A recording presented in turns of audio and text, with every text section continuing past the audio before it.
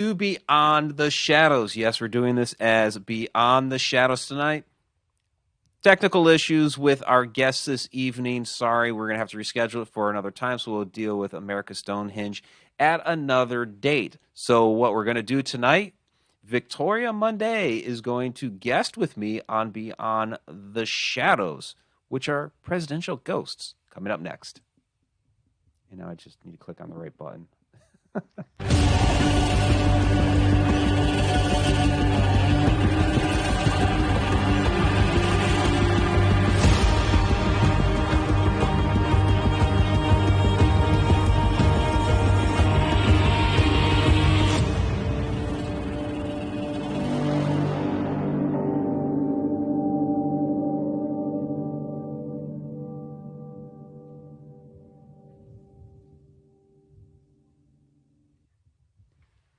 Welcome, everybody, to Beyond the Shadows. I'm author and ghost historian Mike Ricksecker. With me as a guest co-host this evening is Victoria Monday from Edge of the Rabbit Hole. This evening, we're going to be talking about presidential ghost stories and different sightings around the country. Of course, a lot of Washington, D.C.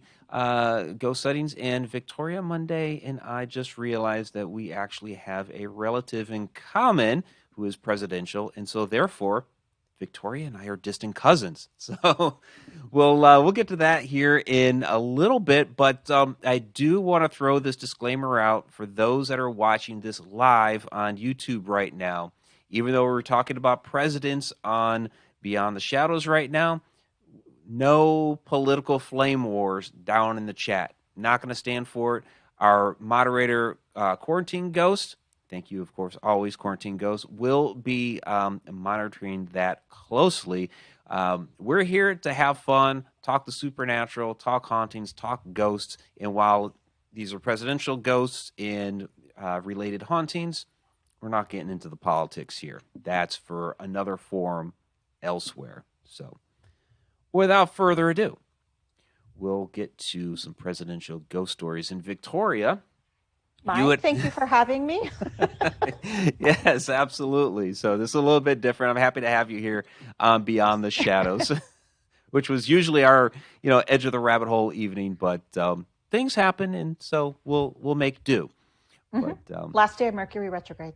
Yes, last day of Mercury retrograde. You've been warning me about Mercury for probably the last month and a half. So yeah, I'm going to find that little booger out in space and shoot it off into the sun or something, because it's really it's a little planet. You can just just like flick it. Just flick it with your finger, right? And I send all bad drivers to Mercury. I banish them. So well, there you go.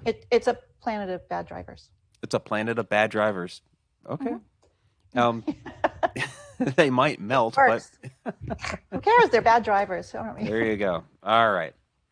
So here we go into the presidents here. Now, what's interesting about haunted presidents, and Victoria had asked me before the show if we were going to be talking a lot about Lincoln, because you had mentioned that Lincoln is supposed to be the most seen presidential ghost in the White House. Yeah, everything I read like this past week or so, because I didn't even know you were doing a show on this, but it's something I'm interested in is Lincoln and the presidents and everything. And everyone's like, oh yeah, everyone from like Teddy Roosevelt to Dolly Madison. I mean, they've all seen. Well, I'm not sure about Dolly Madison, if she came before or after. But everyone has seen Lincoln's ghost. A lot of people have. Winston Churchill has seen him there. Queen Wilhelmina of the Netherlands has seen him there. So a lot of different people.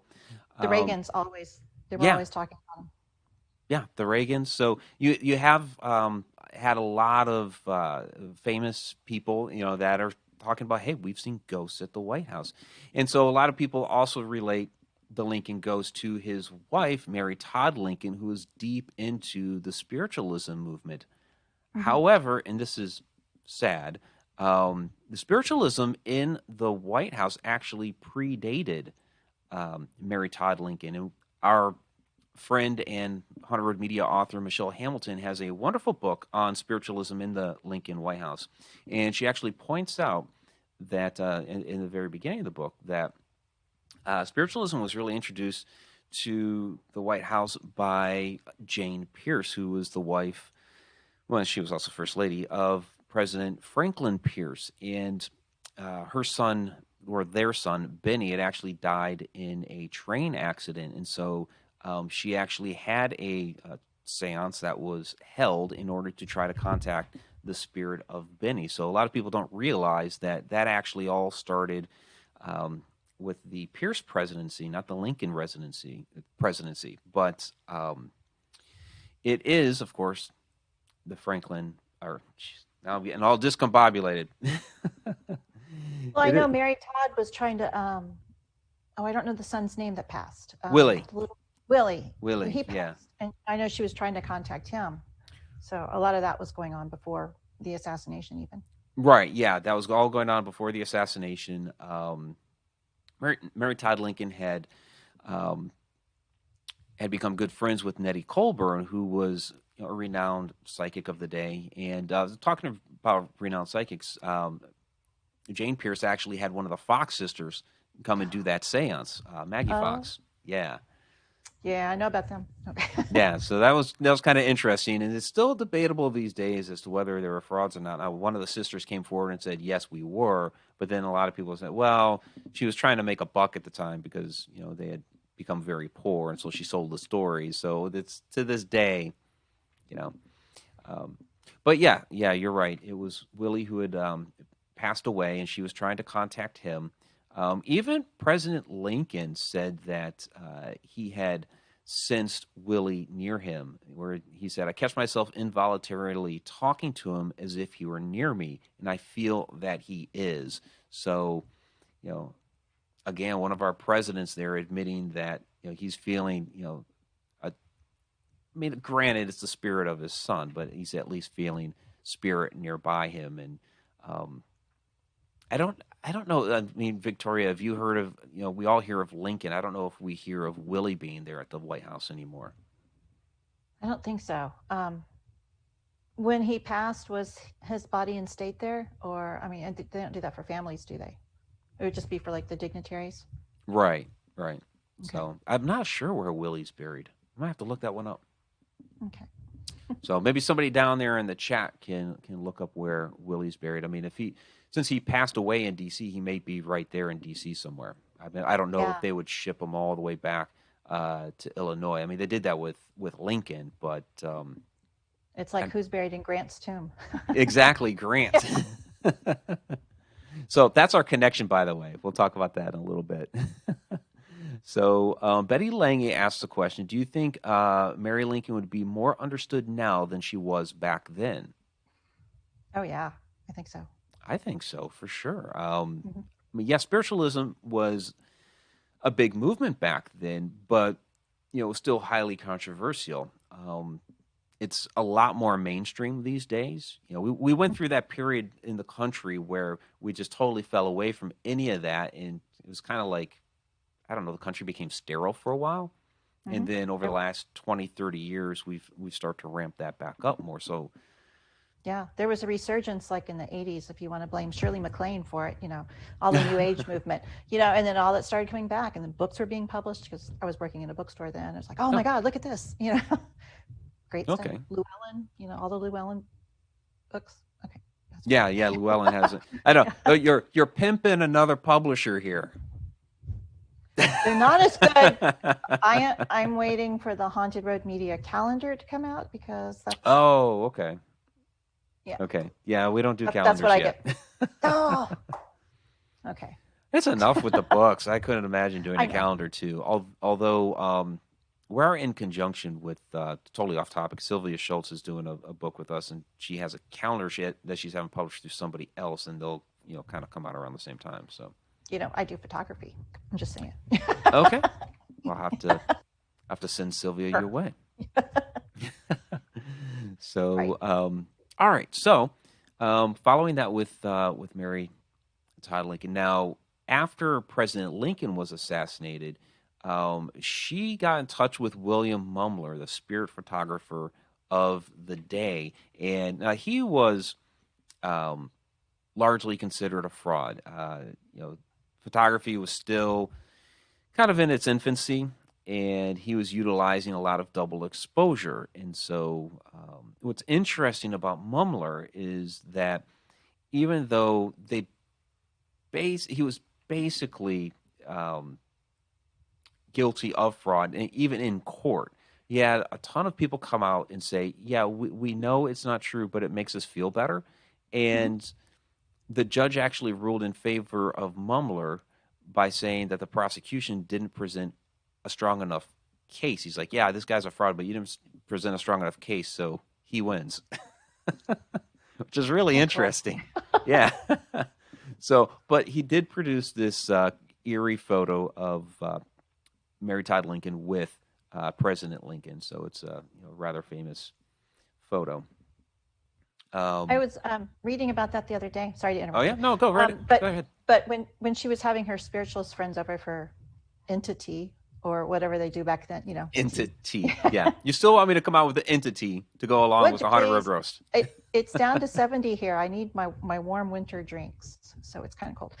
Anyway, she was having her tea party or whatever with her spiritualist friends, and Hmm. she said she felt like Lincoln was there with his hands on her shoulder, and that's just what that photo looked like.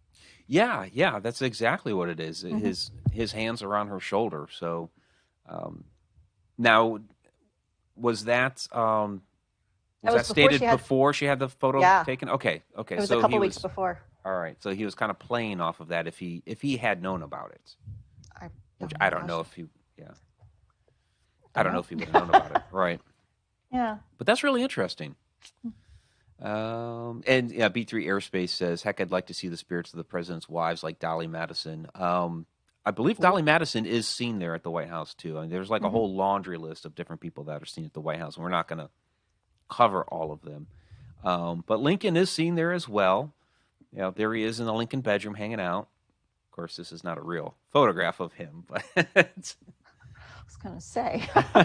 yeah, here he is. Just hanging out. Everybody sees him. He's part of the tour. And I do apologize to our podcast listeners because you're not going to see these photographs. But basically, this is a photo of the Lincoln bedroom, and President Lincoln is superimposed onto the photograph.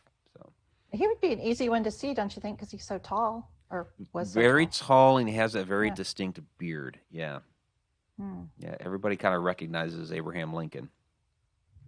So, of course, while talking about Abraham Lincoln, his he and John Wilkes Booth, of course, are very intertwined, and there are a lot of hauntings associated with this assassination. Of course, Lincoln being still in the White House, and we already kind of went over all the people that have said to have seen him. But after John Wilkes Booth assassinated Lincoln, like every step along his escape route has some sort of haunting associated with it, including, at the murder location, Ford's Theater. Mm-hmm. So, um, Victoria, have you been out east there, Washington, D.C., Maryland, Virginia area, where a lot I of that stuff did. took place? I actually went to Reagan's inauguration. Oh, did you? So yeah, Wow, okay. yeah. And then we hightailed it because we had to walk everywhere. I mean, what Um, were you, about 4? um, 2. Wait, math is not my strong suit. Okay. So when the weather comes in off the mountains and hits the no, anyway, There you go. yeah, I was, yeah, uh-huh. Well, let's just say my high school diploma is old enough to drink. Okay, okay. Yeah, a couple times. Anyway, where are we going with this? Oh yeah, we went to Ford's Theater because we Oh, you had to did go to walk Ford's everywhere. Theater. Okay. Because we were, how the Washington has the underground subways and all that kind of thing. Yep. And we Yeah, the were metro. Yep. okay, so we were taking the subway somewhere, and we came up, and that's the day the Iranian hostages were released. Oh, okay. And it was so weird because everyone was gone, and they were over at the inauguration, and there was just like the are they called the Chinook helicopters? Or I'm not sure. Okay. The black ones with the, like they would have it like in the Vietnam photos, Mhm. whatever. Those military helicopters were flying all over like the plaza and everything. And we Yeah. were like, oh my God, what did we miss? Because there was just nobody around, but it was amazing. Yes. So to answer your question, yes. Cool. Cool. Yeah, I did the Ford's Theater thing when I was a kid. I actually worked in downtown Washington for a year, and it's funny because I would on occasion walk past Ford's Theater. It was down one of the streets, and we'd be, walking past. Oh, there's Ford's Theater. And we'd be going to like a pizza place or whatever for lunch. And so I did stop in there as an adult. Yeah, and I'll get to it here. Well, actually, I'll just throw it up here now. The one place that I did go to quite often, where is it? I know I included it here. Um, was this place, Walk and Roll? Which, okay, yeah, it's a Chinese restaurant. And I would actually meet up my with my uncle here quite often whenever he would come visit Washington, because he'd be coming through the area as a good friend that lives in Washington D.C. And this was kind of like in between where I worked and where his friend was. Um, Now, okay, what does a Chinese restaurant have to do with the Lincoln assassination? Well, if you Did, noticed, what? did John Wilkes get takeout or something? Yeah. I mean, he had to That's right. He go needed some egg rolls before he went to Ford's Theater, right? get the fortune cookie. Yeah, Yeah. yeah. See if the fortune was telling him, yeah, go ahead and do it. Um, but in a sense, yeah, he did find out his fortune there. Right next to the front door there, it's the white building. Right next to the front door, you see this. On the photo, it kind of looks like a brown rectangle, but what that actually is a plaque. It's the old Sarat boarding house where the conspiracy was hatched. Hmm. And so, yeah, you would never recognize it now walking in there. It just looks like, a Chinese restaurant, which I do recommend, by the way. They do have good food. But that is where the conspiracy was hatched. And yeah, I'd hang out there quite a bit. We'd walk down there. I'd either walk down there with the guys or, go meet up with my uncle. Um, Did you ever no, see anything? not there. And trying to talk to them about, I mean, they would tell you, yes, this is the place where the conspiracy was hatched and all that stuff. Um, but like trying to get, hey, can we take a look around at the historic? No, no, no, no, because it's their business, or asking about hauntings and stuff like that. No, they weren't coughing up anything like that. Although, of course, there are many people that do believe that the building is haunted. But I think anything that's like tied in with John Wilkes Booth or Abraham Lincoln or anything like that, everybody's gonna say, "Oh yeah, it's haunted." So Is that the same place they took Lincoln? Because I know they took him like across the street and he died, and there's bloodstains on the pillowcase, and they still have the pillowcase there. And that's across from Ford's Theater. okay, So that's I would say that's what, like, at least 3 or 4 blocks down H, and then maybe another 2 blocks down. I don't know if that's so they were maybe that toting maybe that's ninth. I don't know. So it's going to be a little ways away. they were toting him along. There was nothing closer they could take him to. I mean, I don't know what the building situation was like back then. Yeah, I'm not sure. Uh, Yeah, but yeah, they took him right across the street, and that's where he officially died. mm, So now John Wilkes Booth, he made off with co-conspirator David Harold out of town, and their first stop was the actual Sarat Homestead, which was in Clinton, Maryland, still standing there to this day. You can go there and tour and everything.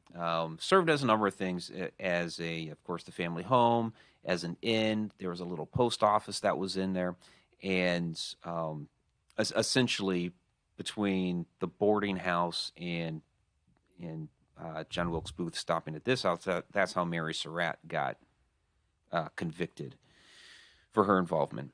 And so they stopped here to get supplies. This house has its own haunts from the family. A little Victorian girl has been seen there. People hear footsteps and whatnot all up and down the steps inside. So, it's a rather haunted house. was it And Mary Surratt hung also? she was, yeah, she Okay. was hung with some of the other conspirators, um, because of Hmm. it's her boarding house. They say that she was involved in the meetings. It was her house. Now it was her son John that actually arranged all the supplies to be there, and he booked out of the country. In fact, he got as far as Egypt. Oh wow. Yeah. He knew. He knew. He's like, I'm out of here. And actually, what did them in was, and it's really interesting. So if you go, I'll show the photo of the house again. In the upstairs, in the attic area, what they had done was they actually hung the rifles from um, like the rafters in the attic down into the walls of the house. So when you were up there, all you were see were like these strings going down into the walls. Well, one of the rifles that they had strung up there fell and ended up in the wall between the dining room and I believe the kitchen. And basically, the investigators came, and when I don't know how they got tipped off that the gun was in the wall, but they tore apart the wall and found the gun in there. Oh wow. Yeah, it's kind of crazy. Does she haunt it? I mean, I would be ticked off, if I was just I'm there filling the mead glasses or whatever. Yeah, I haven't heard like Mary specifically haunts there. She seemed to be more at the boarding house rather than back at the Sarat Homestead. So most of the sightings are of the little girl or this guy that's always walking up and down the stairs because they say it sounds like heavy boot steps. Wow. Um, Interesting. So, Nick Graves, what's your all thoughts about some of these big events being linked to timeline manipulation, possibly even causing such things as the Mandela effect? So, related to presidential hauntings? I mean, what do we have as far Hmm. as like presidential Mandela effect? I I thought don't know. Lincoln was assassinated. Yeah. Unless that changed, I Yes. don't know. Um, Hmm. I mean, Mandela wasn't our president, Right. so The theory, butterfly effect. right. Um, Gee, Nick. Nick and Bradford both live up that way, so maybe they can go check it out. And So, I think is this yeah, QG? Is this question from you? So, would those buildings be a part of the stone tape theory? Um, Possibly. I mean, any of this when we're talking about these hauntings could possibly, uh, have stone tape theory involved with it. Like when you talk about some of the residual hauntings. Now, from my understanding, people have had interactions with the little girl, but like talking at the Surratt house. But when it comes to the heavy boot steps on the stairs, that seems more like a residual type of a haunting and not intelligent. So it could be something related to stone tape theory and whatever it is that's the catalyst kicks it off, and then you hear the steps. So, any thoughts, could be Victoria? sometimes. No, Sometimes. no, but that sounds good to me. Yeah. Okay. I was telling you today, I heard steps all over this place all day. I'm home alone, so Well, I you mean, I even don't. thought before the show you were hearing EVPs over. Um, I was hearing people talking, and there was voices. That's why I thought you had an external mic on somewhere else. mm-mm. But there were conversations were going on in my headset, and who knows? Who knows? Who knows? I don't know. Maybe it's one of the cats Oh dear God. that are not your cats. You joke, but I have been seeing more and more little shadow figures running around here in the last Really? 3 or 4 days. They're all Oh, like that's interesting. knee high and lower. Shadow cats, shadow dogs, Shadow critters. I shadow don't know. critters. Okay. I don't know. I don't know. We started feeding the wildlife because it's getting cold. It's down to 50. Oh So, yeah, freezing cold there. well, it is. So, I got to take care of the little kids. So we're feeding the possums and the raccoons out here. And Oh, I don't okay. know. Maybe, who knows? Yeah. Well, Bring for them the more in. Houston area, that's chilly. So, Yes, all right. it is. So, following that, John Wilkes Booth went to the Samuel Mudd house. He had broken his leg when he jumped out of the balcony during the assassination, and they knew of Dr. Mudd. He had met him once, apparently, in one of the circles, and so they went to his house to get his leg tended to. And the fact that they've found the boot of John Wilkes Booth under the bed is what got Samuel Mudd convicted for the conspiracy of Abraham Lincoln. He's another one that highly controversial.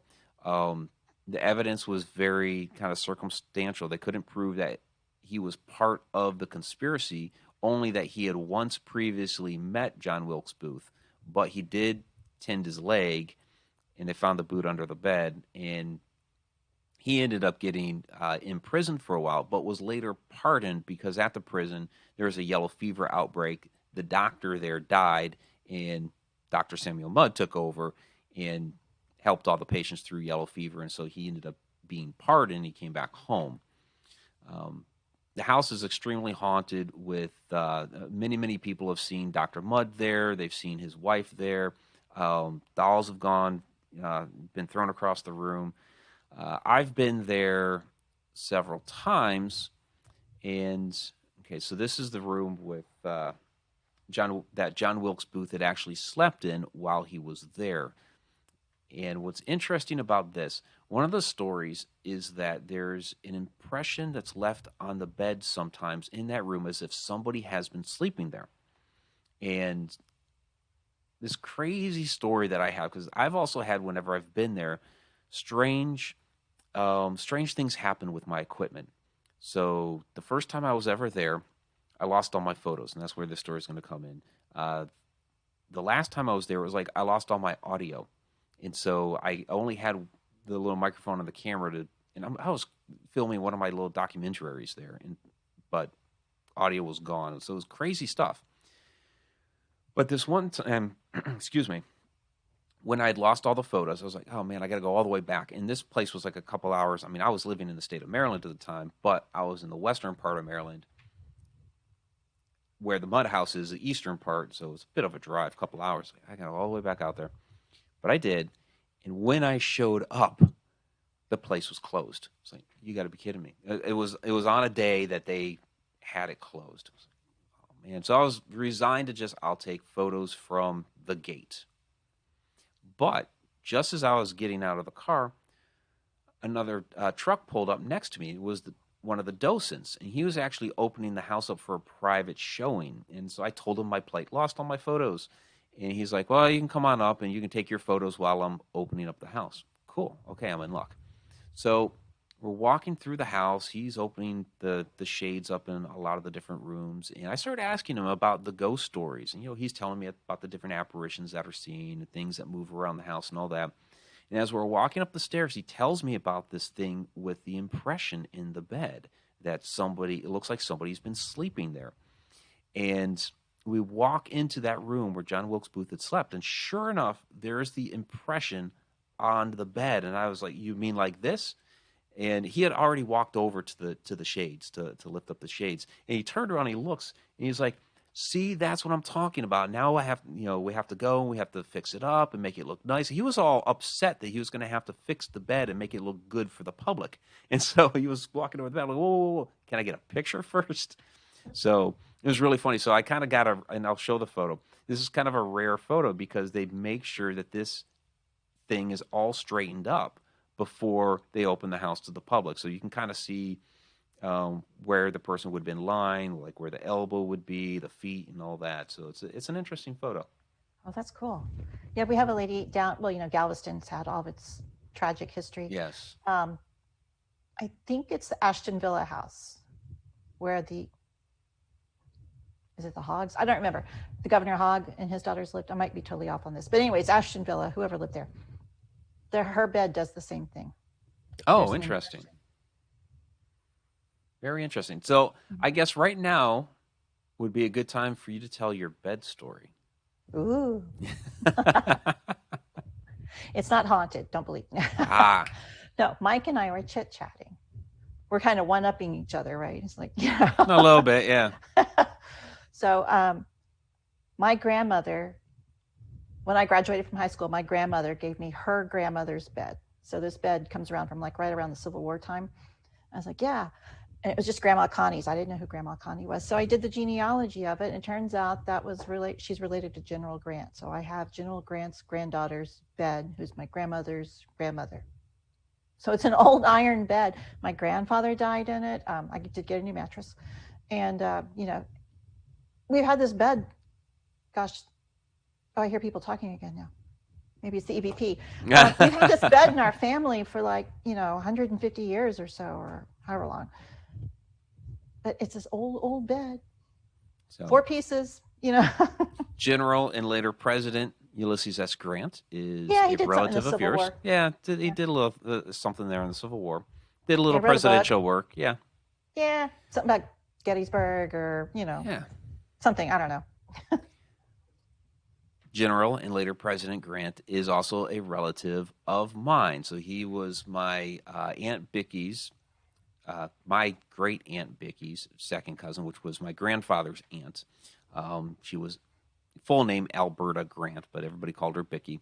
Um, yeah, it was he was her Okay. second cousin. I don't have any cool things like a bed that was passed down or whatever, but at least can say, yeah, he's part of my lineage. I'm pretty sure I've seen her name in my genealogy Really? when I was doing it. Yeah, because we went back Oh to like wow. Okay. 1602. So I'll have to look again. Very cool. Very cool. So Victoria and I, who knew? We're Clan we're, Grant. we're Clan Grant, distant cousins. So it's cool. Who knows? See you at the reunion. I don't know. Yeah, I don't know who holds those, but yeah, save a glass of wine for me. Oh, sure. Okay. Okay. It's like, save. I don't know. I was like, have a glass, There you go. There you go. I will not come in a kilt, though. That's not happening. Okay, most of my friends do wear kilts. So, Okay. well, I do all the Renaissance things. And That's right. You do. Yeah. the guys say they're really comfortable. Once you go kilt, you don't go back, is what they say. I don't know. So I will say this because the Monday night video that's coming out on the Haunted Road Media channel, of course, is going to be on the Presidential Ghost, because we've kind of relating the Beyond the Shadows live streams to the Haunted Road Media uploads. Usually we do it in reverse. Usually I do the upload to the Haunted Road Media channel, and then we do the longer extended live stream show. But this got reversed this time around.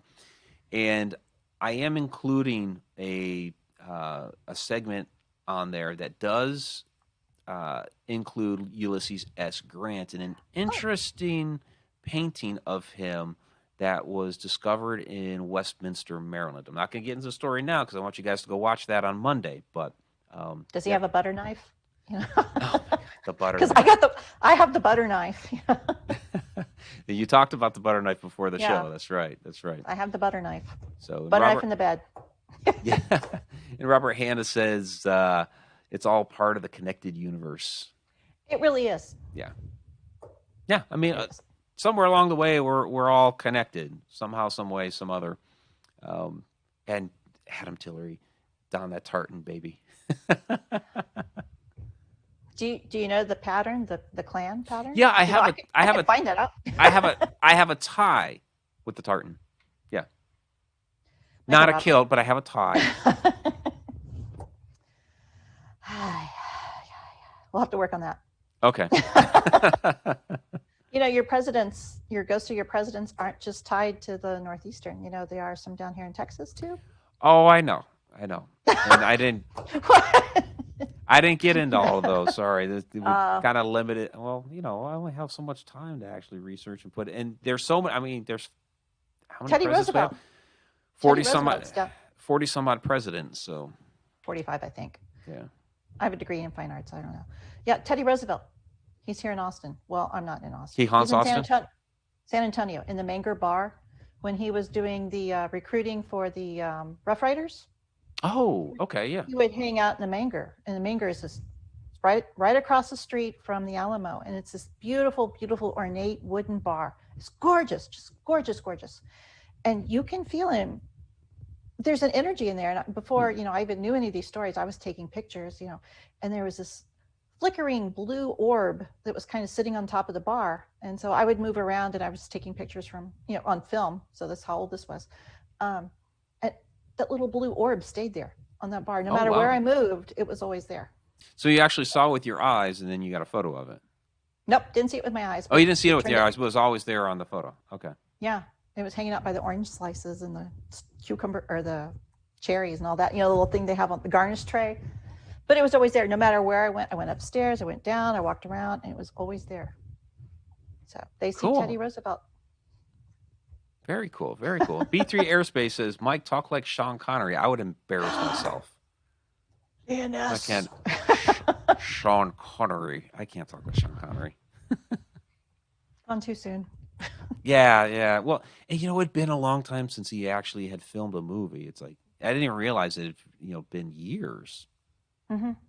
So, Well, yeah. which is a That shame. was Yeah, he a was a great actor, and I oh, thought he wonderful he actor. got better and better with age. So, yeah, Mm-hmm. yeah. Yeah. What's your favorite movie? Oh, that's a tough call. Yeah. I don't know. I can't say one specific movie was my favorite. Not League of Extraordinary Gentlemen. How about Oh. Oh. that? Not that one. Leaves a bitter taste. No. I know, and that was like his last big movie, and yeah, Was it? it was. Yeah, look at his IMDb listing. That is his last major. He did like some Oh. voiceovers and like little, cameos and stuff, but that was his last big movie. Do you remember the like post-apocalyptic movie where he wore like a silver no or gold lame bikini? It starts with a Z. I can't remember the name of it. Okay. Oh my God. You got to I look for know. that one. I know. I'll Okay. have to look that one up. That's why. Anyway. Time Bandits was cool for an early '80s movie. That was a lot of fun. I don't know if you Oh, remember that one. Indiana Jones. Well, yeah, Indiana. Indiana Jones. I of course loved him as Mm-hmm. Indy's father. Yeah, Oh yeah, that's the best. yeah, Yeah. yeah. That was fun. Or First Night. And Alina says she likes it when I talk like Mickey Mouse. I'm not doing Mickey Mouse right now. Oh come on. Maybe after the show, like when we do shout outs or something. Maybe I'll Oh do it okay. then. All right. Okay. So all right, moving on. Well, thank you for the Teddy Roosevelt story. That's very cool. And I didn't even Yeah. realize that I was Mhm. stationed while I was in basic training there at Lackland in San Antonio. But Yeah. on was a base leave day, which we only got one. Hmm. When family came down, and I did go to the Alamo. I had no idea that was right across the street. Yeah. If you're standing with at the Alamo door with the Alamo to your back, it's immediately to the right. And there's the Emily Morgan right behind that. So all that right over there, all those Oh hotels wow, that used wow. that used to be actually part of the Alamo. So Oh, very cool. Yeah, we did the yeah, Alamo, and then we did the whole Riverwalk thing, which is beautiful. Yeah, that's I love haunted. the Riverwalk. Yeah, Everything. Oh yeah, it's yeah. We gorgeous. we had Anyway, lunch down there. It was nice. Yeah. All right. So yeah, moving on. presidents. Back to presidents. President. So yeah. So Thomas Jefferson back at the White House. He's seen in the Yellow Oval Room, um, with his violin. So sometimes I guess Oh. people have caught Thomas Jefferson playing the violin in the Yellow Oval Room. But he also has been caught whistling along the grounds of Monticello, his former home. So and you'll find that with a lot of these different presidents is that they seem to go from location to location to location. Everybody seems to have a sighting of a president somewhere, Mhm. and they'll be all over the place. So Yellow Oval Room at the White House, his old home at Monticello, and also one that many people do not know of is Mount Pillier Mansion in Laurel, Maryland.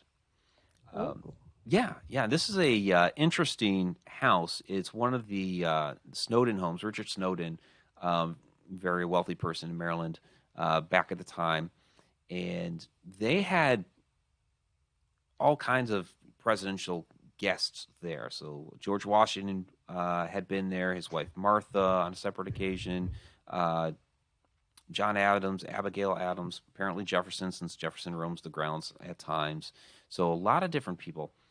And that particular house actually, um, I have some weird little connection to, or at least I did for a moment. So when I was first proposed the book, because my editor came to me for Ghosts of Maryland and asked me if I wanted to do it, and I gave it like a day to think about. I did.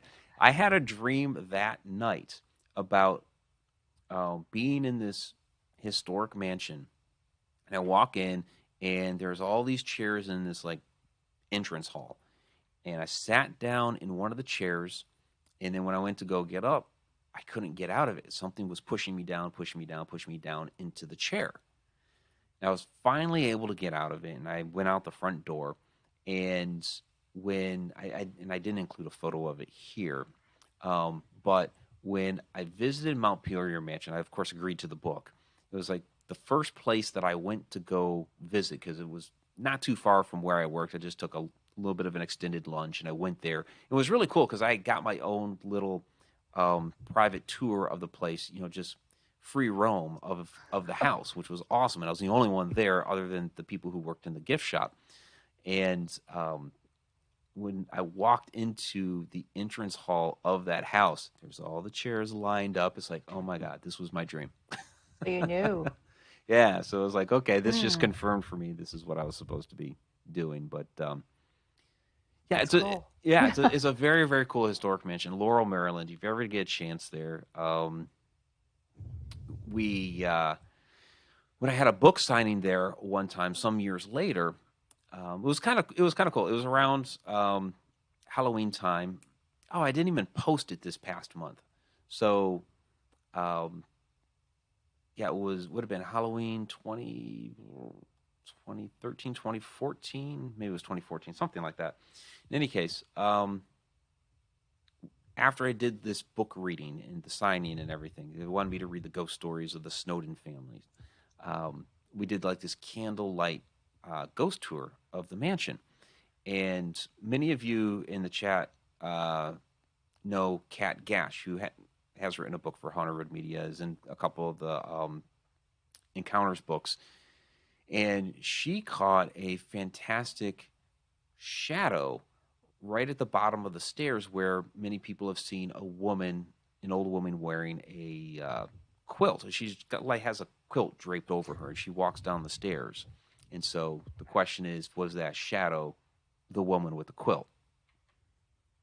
So, She could have been a Southerner and it was cold. That's all I can say. well, yeah, it definitely got You cold there. know? There's Oh, it, geez. yeah, it's kind of funny because in the little booklet that you get to kind of do your little self-guided tour of the house, they mentioned that because the Snowdens had their ironworks and they they made the like those back plates for Mhm.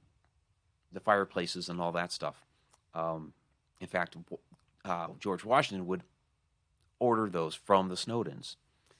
And you're going through the self-guided tour, you read the booklet because there's one of the plates right there, and it talks about how in the wintertime it would only get up to like 50, 55 degrees in the house. So Yeah. Yeah. yeah, you'd be you'd be wearing that quilt over you because it'd be getting chilly. Yeah, we do that at work because it's so cold there. No joke. We we wear quilts sometimes around us. Yeah, 55 degrees is just yeah. It's cold in a TV station.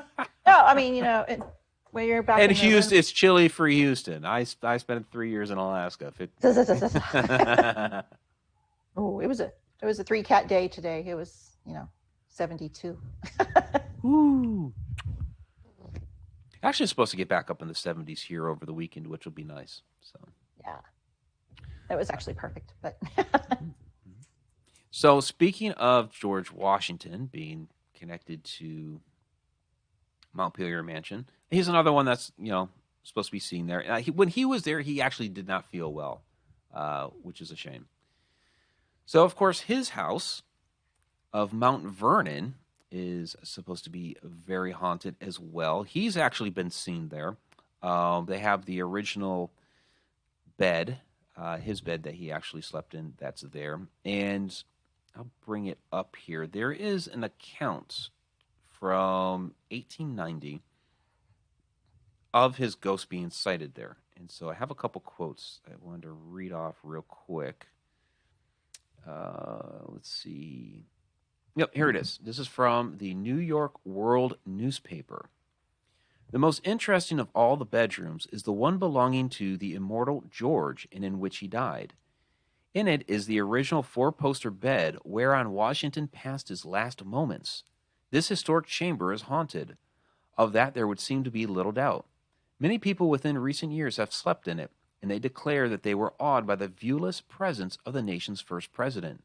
They all agree that Washington visits his chamber in the still watches of the night. Ooh. why do you think they hang out there? Well, Their house, I or just imagine that he would have spent a lot of time in bed.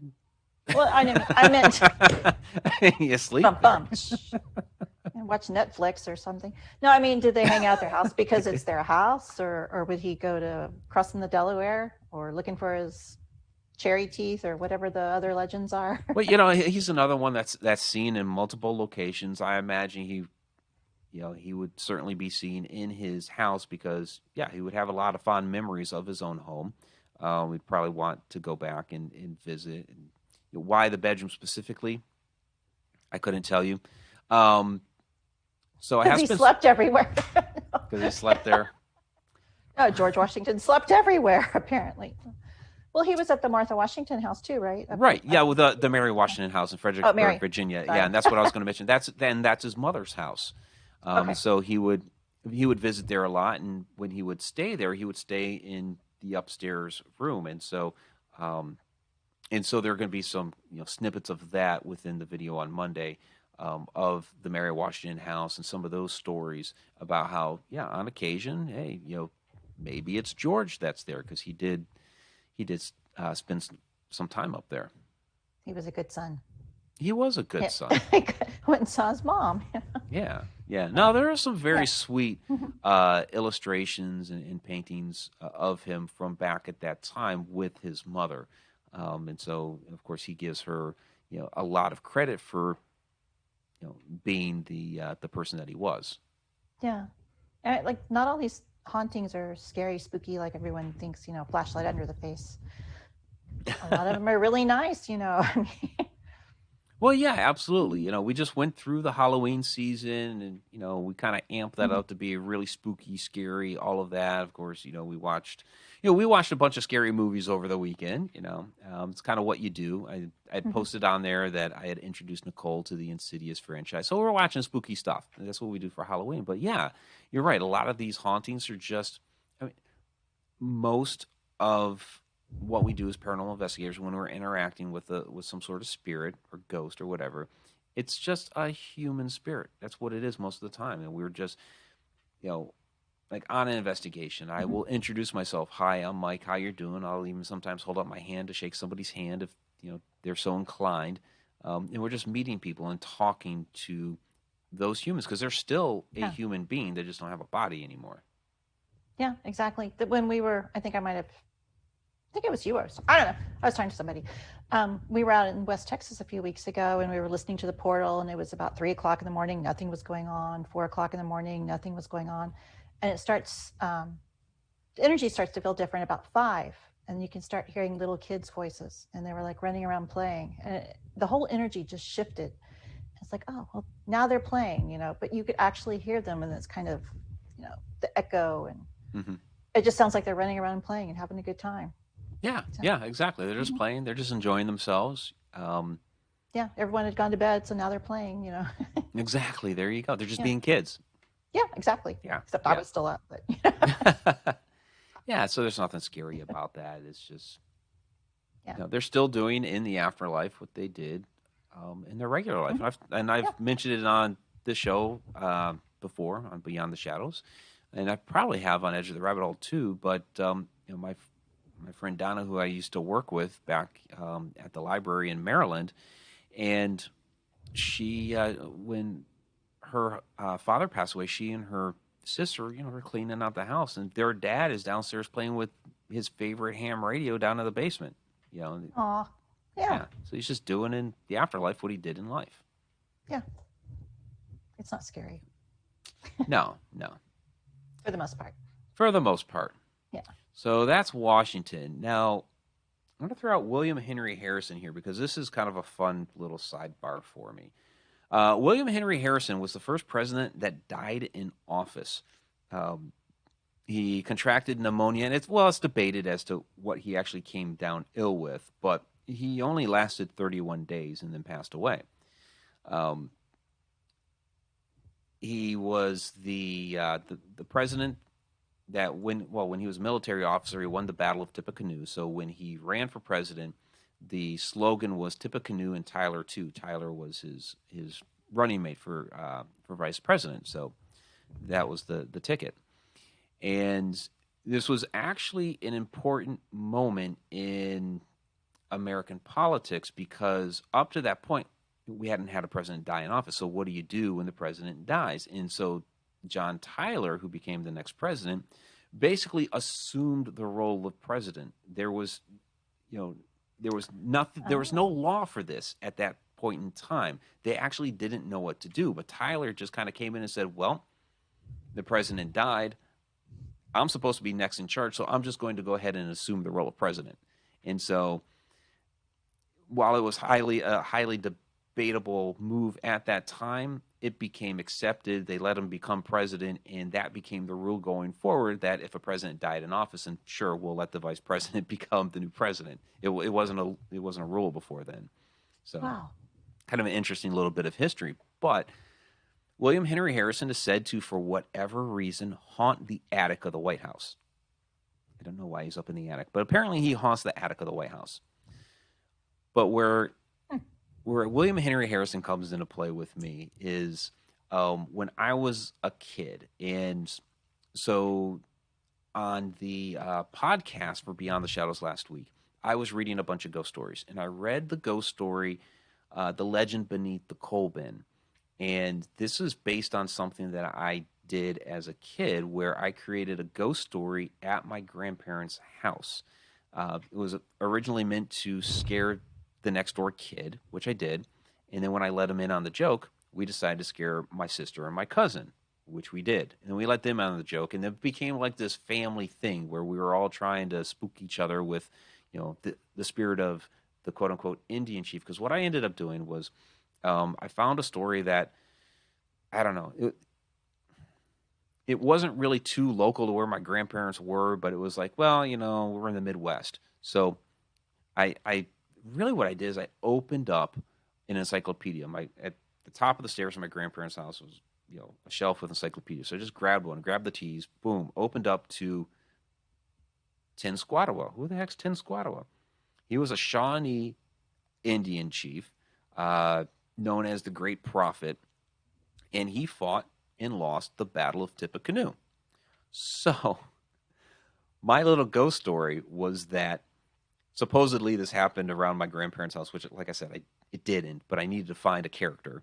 He became my character. And it was the ghost of Squatawa that killed William Henry Harrison.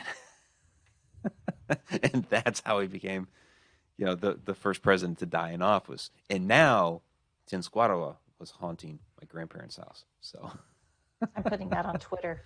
yeah, That's gonna start trending, and you're it gonna was go, what? yeah. It was a lot of fun, and we still mention it to this day in my family. And this is Squatawa. He was the brother of Tecumseh, and a lot of people are more familiar with Tecumseh.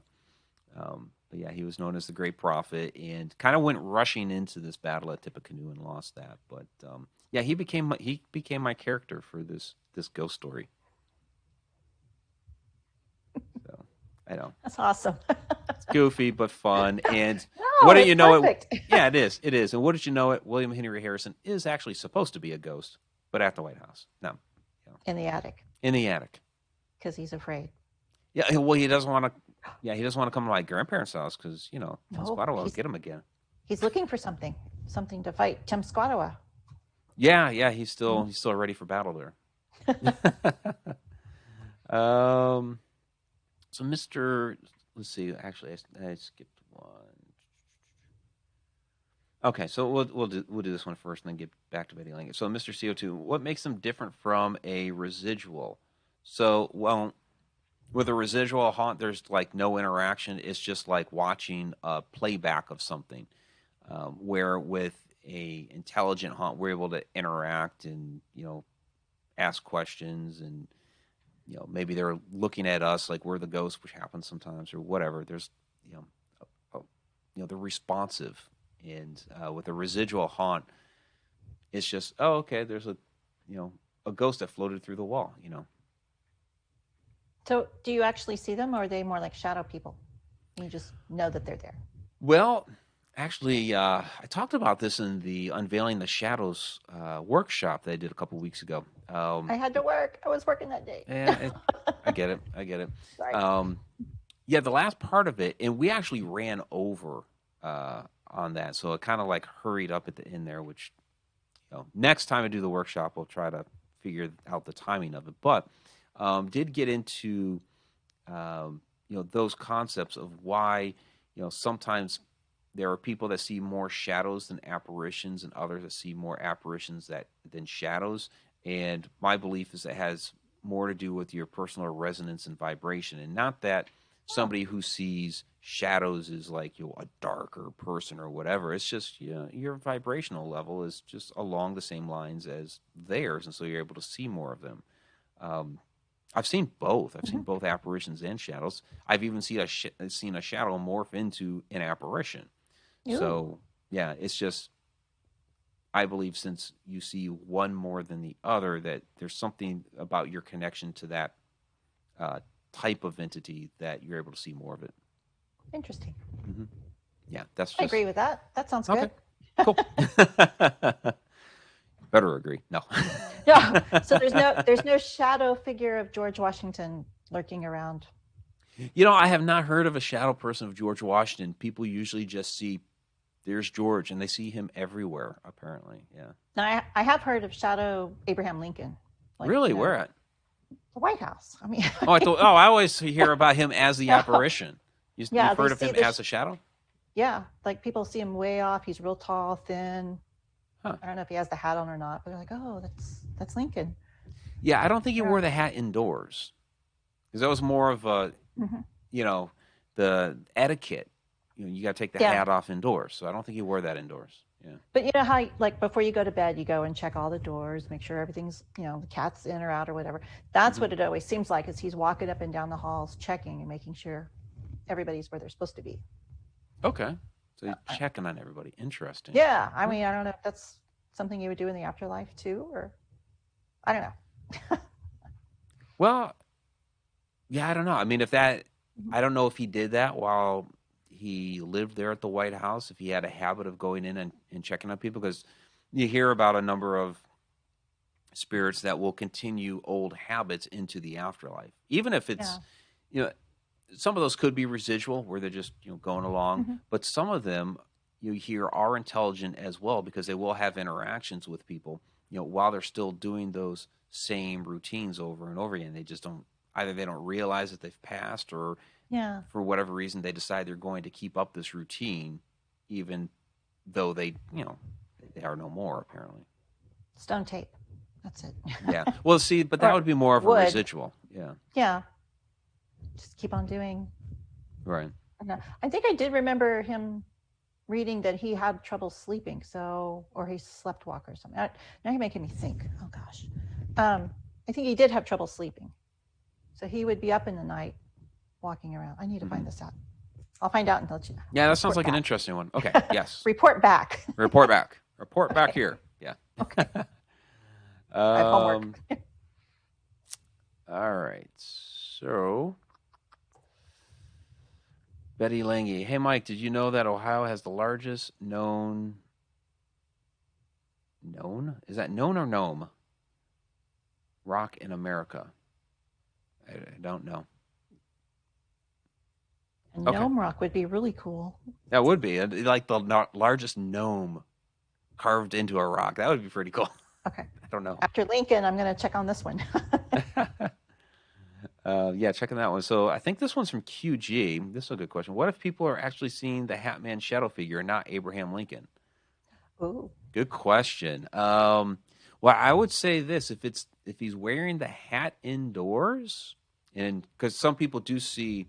Because the Hat Man comes in different shapes and sizes, wearing different types of hats. One of them is a top hat. Of course, Lincoln's known to wear the top hat. So I would say if it's indoors, like we were just talking about, because of the etiquette, if it's indoors and it's just a shadow and it has a top hat, I would say that might more be a Hat Man shadow person than Abraham Lincoln. Yeah. But if it's on the grounds, then perhaps it's Abe. But what if he was going somewhere and he forgot his gloves and he had to run back in and didn't take his hat off? Okay. Because he wore gloves, Okay, you got me there. If he was just running back into the White House to get his gloves and didn't take the hat off, I have no idea. Yeah, it happens. I don't know.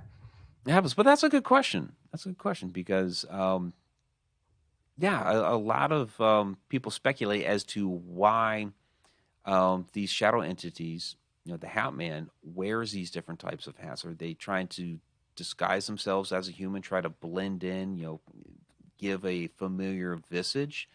Or are we know some of these shadow entities are actually human spirits. So are some of these hat people also just, a regular human spirit and, and when they form up, even though they're not coming off as a full apparition and only as a shadow, are they just, wearing their favorite hat? I don't know. Good questions. That's what investigation takes. And people will ask me, how do you tell the difference between the two? Well, if you just look at one, you don't know immediately. That's where your interaction with it and, maybe you have to do some follow-up investigating where that comes into play. Or you could just go ask him. Just go ask him. Just go ask Excuse him. me, sir. Yeah. Well, that's what I keep saying is I've said that many times until we actually sit down and have a conversation with one of them, like interview, get Mr. Shadow Man on Edge of the Rabbit Hole, or Beyond the Shadows here and sit down and be like, okay, Mr. Shadow Man, so where are you from? That's good. Are you married? Do you prefer a fedora? Yeah. Do you like fedoras? And, why do you wear the hat? Is it just your buddies? Because a lot of them don't wear hats. Maybe he's balding. I don't know. Could be. And if a hat man took off his hat, could you tell he was balding? Ooh, no. No. But you know how you can tell the hat men down here, because they all have cowboy hats on? That's a true story too. I have not heard any stories of a hat man wearing a cowboy hat. Now, fedora, yes. I sent you a picture of one. Did you? The scary hat man coming around the corner, like, whoa, he has a cowboy hat on. Oh, okay. Okay. Yeah. But then that's the only one then. That's the Maybe. only one. Yeah. Well, that's the only one we photographed. Okay. So. But yeah, he had a cowboy hat on. Yeah, that's the only one I've heard of with a cowboy hat. And I have an EVP of Spurs that I can't get downloaded to my computer. You told me about the Spurs, yeah. Gotta work on that. I'm busy tomorrow. Look at that. Okay, Spurs. All right. All right, everybody. We are at about our hour mark from when we actually went live. I know that we started late to begin with because of technical issues with our guest this evening. So I have to go back and change all this stuff here on the description. So thank you all very much for joining us this evening. And I know this is election night. I'm happy you guys didn't get into all the politics. Appreciate that. So we will go ahead and get into the shout-outs. I want to thank Quarantine Ghost for haunting the chat. Of course, I think my co-host is Victoria Monday. Thank you for having me. Absolutely. So let's get to the Patreon patrons. Deep Down the Rabbit Hole Patreon patrons. Tom McNicholas, B3 Aerospace, Andrew Cox, Dustin Samario, David Yeisley, and Joe Chandler. Thank you all very, very much for being Deep Down the Rabbit Hole Patreon patrons. And thanks to all the other Patreon patrons as well. Patreon.com/Haunted Road Media, where I've been getting technical advice from Victoria. 3-point lighting. 3-point lighting. LKFS. Now I know these terms. I'm sorry. I thought you read my mind, and you're so good. I thought you had all the production classes that I had. So I didn't have any classes. Yeah. Basically, I learned on my own, and for the things that I didn't know how to do, I watched YouTube. And they didn't use the terms. They were like, "This is how you set it up." Okay, cool. Shivers. No, I've taken, I don't know how many years of production classes. So. Oh, well. Yeah, and I ended up in engineering. Go figure. Go figure that. All right, so the participants tab. There's more of you in here than this participants tab is showing. We got Andrew in his trucking homes. That's Andrew Cox. B3 Airspace. Betty Lange. Aline to the fam. Thank you all very much. Guardian Echoes. Hey, Nicole's in the house. Great to see you down there. Helen Espinoza, thanks for joining us tonight. Katie Palmer, thanks for joining us once again. There's Mr. CO2 and Robert Hanna.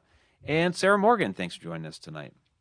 I know I saw Adam Tillery in there earlier. I know I saw Diane Hilbert, our Fairy Queen. I was trying to think of the Fairy Queen part of it. Who else? Do you keep a list like Santa, and then you have to check it off, see who's naughty and I nice? should do that one of these days. Just go down and listen. Oh, you're here. No, you're here. Yeah. You are not in chat. Yeah. We got to start taking attendance now. Oh, what about Krampus? Mm-hmm. There you go. There you go. I'm German. I celebrate Krampus. You celebrate Krampus? All right. Yeah. Mm-hmm. Krampusnacht. Yep. I am also German and do not. So. Krampusnacht is December 5th, I think. Oh, okay. You weed out the bad kids early, and then you get the good. No, that's what it is. And then you get the good kids at Christmas time. Okay. Sacramento Paranormal Investigations is in the house. All right. There's Tim Schoen. Great to see you down there, Tim. See Robert Hanna and Jennifer Bloomer, and I think that is about it. All right. So I'll have to learn about the Krampusnacht thing. Oh, yeah. December 5th. December 5th. All right. Well, we got a month. Mm-hmm. Oh, geez. Yeah. Yep. Better start planning. All right, everybody. Thank you once again for joining us this evening. Have a safe one. Happy election night. And I hope you enjoyed all the presidential ghosts. Until next time.